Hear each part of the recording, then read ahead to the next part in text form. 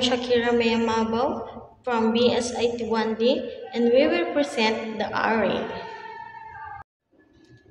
An array is a fundamental data structure in programming that allows the storage of multiple elements of the same data type under a single variable name. Each element in an array can be accessed using an index or subscript, typically starting from 0. Arrays are widely used for efficiently organizing and managing data, enabling operations like traversal, searching, and sorting. They are particularly useful when dealing with collection of data.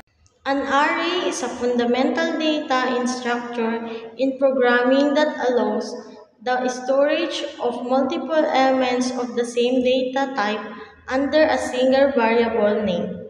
Each element in an array can be accessed using an index or subscript, typically starting from 0. Arrays are widely used for efficiently organizing and managing data, enabling operations like traversal, searching, and sorting. They are particularly useful when dealing the collection of related data such as student scores, sensor reading, or list of items. Number 4, facilitating algorithms. Arrays are fundamental in implementing various algorithms such as searching, linear, binary search, sorting, bubble, merge, quick, and data structures stack. Number 5, memory management and performance.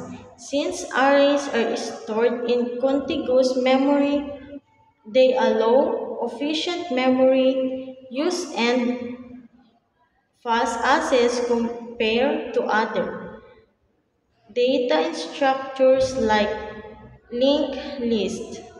Syntax of array. The syntax of an array defines how an array is declared, initialized, and accessed in a programming language. Although the exact structure varies by language, most followed a common pattern. Number 1. Declaring an array. You specify the data type, the array name, and sometimes the size. Number 2.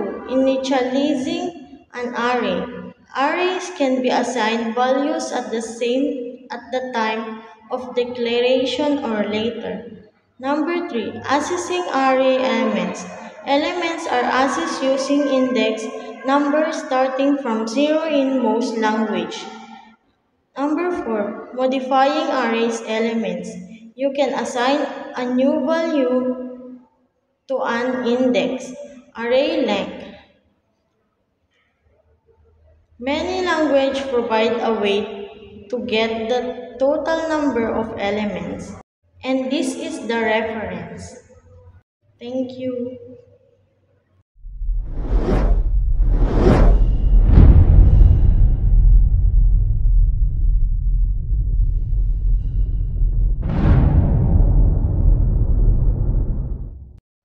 And this is the two examples of array.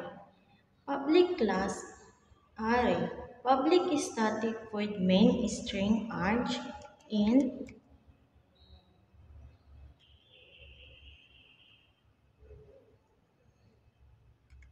numbers equals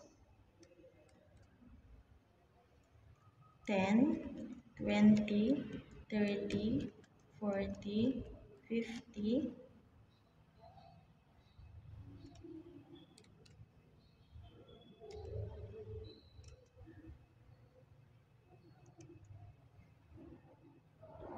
4 in I equals 0, I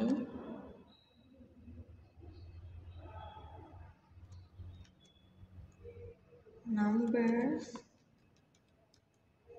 dot length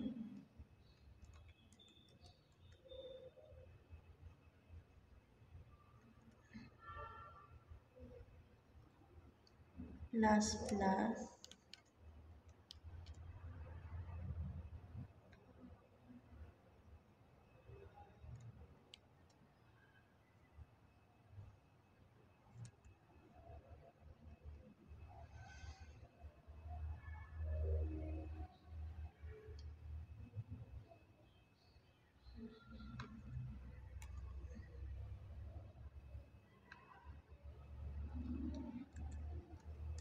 system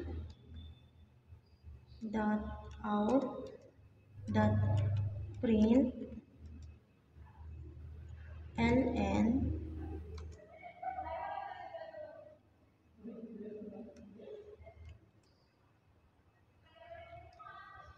element at index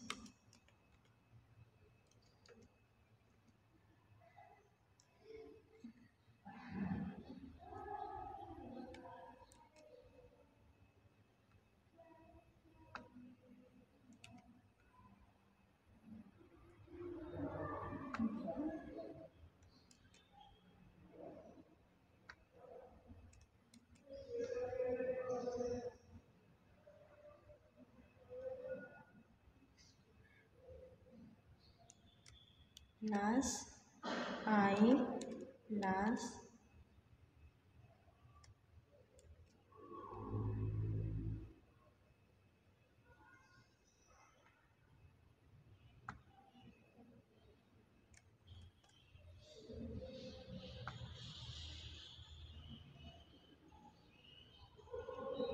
plus number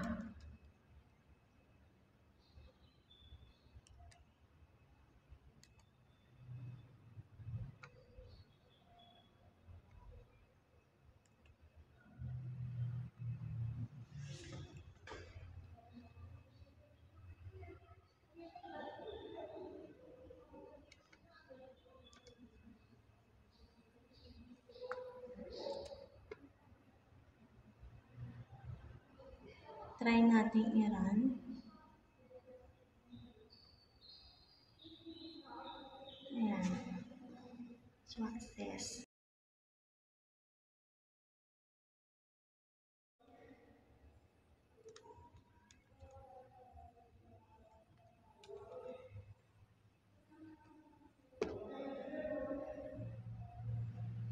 Public class array.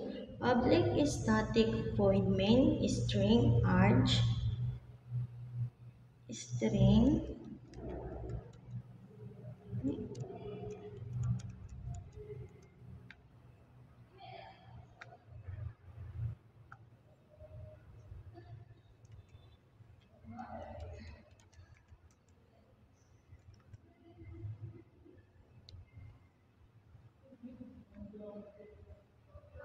names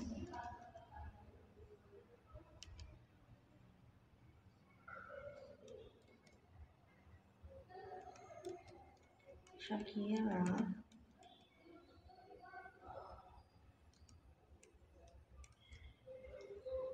Allen,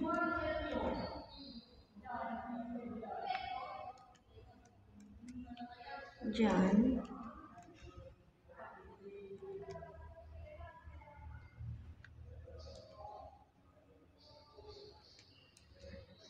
Marky,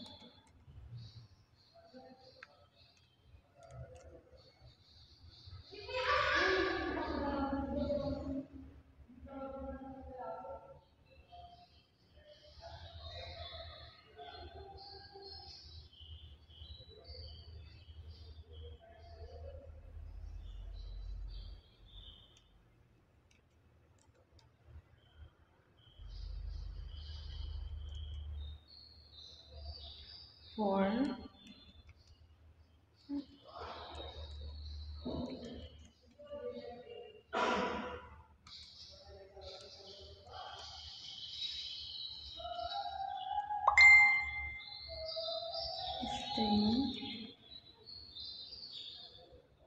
name,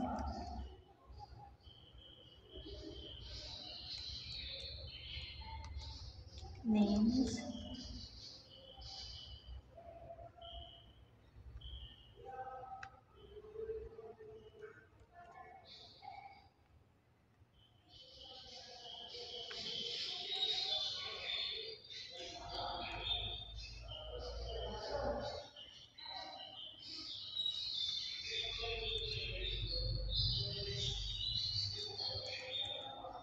system, dot out, dot print,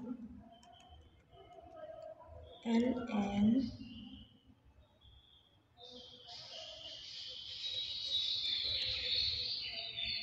name,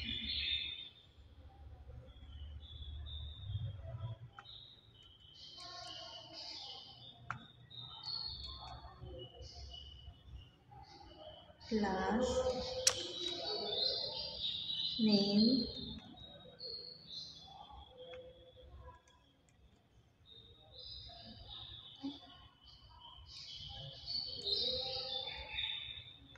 try natin i-run.